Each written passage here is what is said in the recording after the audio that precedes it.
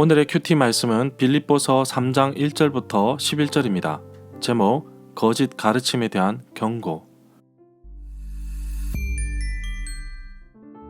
먼저 앞뒤 문맥을 살펴보겠습니다. 바울이 로마 감옥에 갇혀 있지만 빌립보 교회 성도들은 바울을 위해 기도하였고 또한 물질도 공급해 주었습니다. 그런데 지금 빌립보 교회 성도들도 고난을 받고 있습니다. 바울이 빌립보에 처음 왔을 때에 대적들로부터 고난을 받았던 것처럼 빌립보 교회 성도들도 어려움을 당하고 있습니다. 그러나 바울은 이 고난은 그리스도인들에게는 특권이며 이 고난을 이겨낼 것을 당부합니다. 그러면서 자기만 돌보지 말고 남을 돌볼 것을 말하면서 예수님을 예로 들고 있습니다. 빌립보서 2장 5절부터 11절에서는 겸손의 모범을 보이신 예수님처럼 우리가 그렇게 살아가야 함을 말하고 있습니다. 바울이 로마 감옥에 있을 때 곁에서 도와주었던 두 사람을 소개합니다. 디모데와 에바브로디도입니다.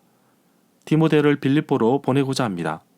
디모데를 통해서 바울의 소식을 전하고 또 빌립보 교회의 소식도 듣고자 하기 위함이며, 에바브로디도는 감옥에서 만났는데 중한 병에 걸렸다가 회복되었습니다.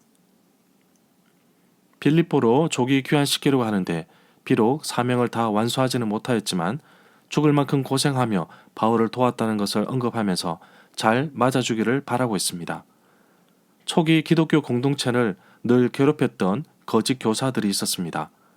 빌립보 교회뿐만 아니라 여러 교회에 침투하여서 거짓된 가르침으로 교회를 혼란스럽게 하고 있습니다.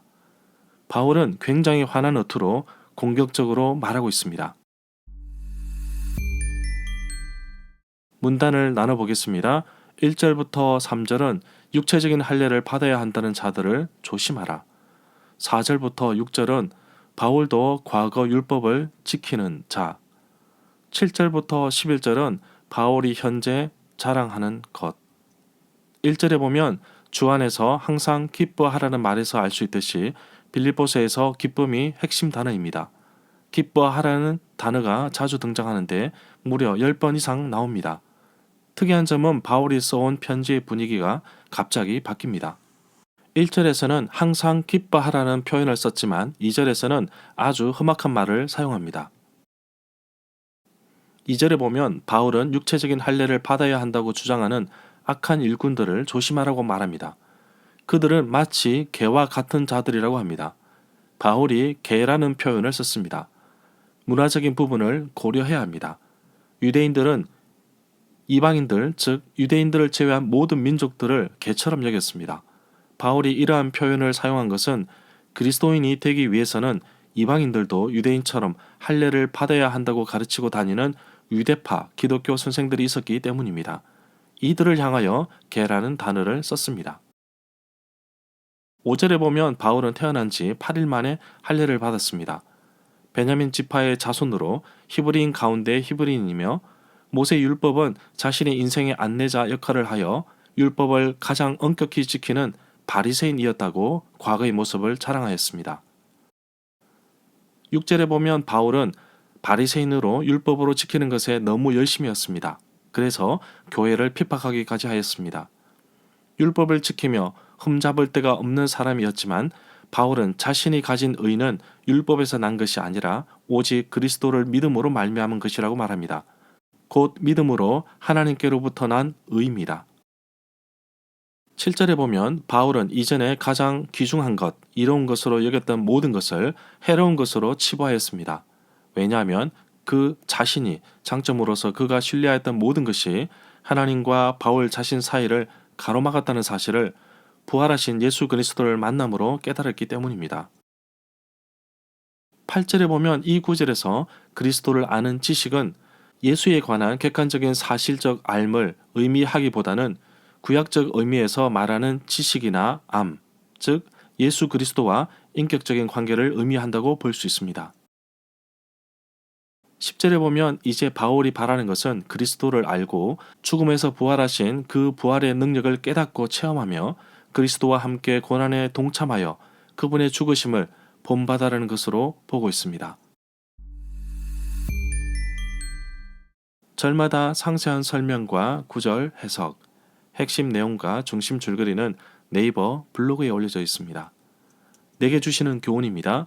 바울이 이전에 자신이 가장 귀중한 것, 이로운 것으로 여겼던 모든 것을 마치 쓰레기처럼 여겼습니다. 그런 이유는 바리새인으로서 율법을 지키며 모양새를 내며 살았던 그 자신의 장점이 하나님과 자기 자신 사이를 가로막았다는 사실을 부활하신 예수 그리스도를 만남으로 깨달았기 때문입니다. 내가 가지고 있는 은사, 내가 가지고 있는 물질, 내가 가지고 있는 건강, 내가 가지고 있는 모든 것이 어쩌면 하나님과 나 사이를 가로막는 것일 수도 있습니다. 아무리 귀하다 하더라도 하나님보다 앞서면 그것이 우상입니다. 버려야 삽니다. 하나님과 나 사이에 가로막는 것, 바로 죄는 그 어떤 모양이라도 버려야 합니다. 세상의 자랑이 바울이 말한 쓰레기에 불과하며 도리어 나의 자랑은 오직 예수 그리스도 뿐임을 고백하는 하루가 되게 하옵소서. 사실 바울은 당대의 엘리트였습니다. 최고의 스펙을 가진 바리새인이었지만 그 모든 것을 오물로 여겨버립니다. 더 좋은 것을 발견했기 때문입니다. 그런데 그 좋은 것은 고난이 함께 온다고 합니다. 그러나 예수 그리스도와 함께 고난을 받고 예수 그리스도와 함께 죽고 부활할 수 있는 것이 최고의 기쁨이기에 세상 그 어느 것과도 비교조차 하지 않습니다. 내 삶에 예수님보다 더 소중한 것은 없습니다. 주 예수보다 더 귀한 것은 없네 라는 찬송처럼 예수님만이 내 삶의 전부라고 고백하던 바울처럼 나도 아주 조금이라도 바울처럼 닮아가기를 원합니다.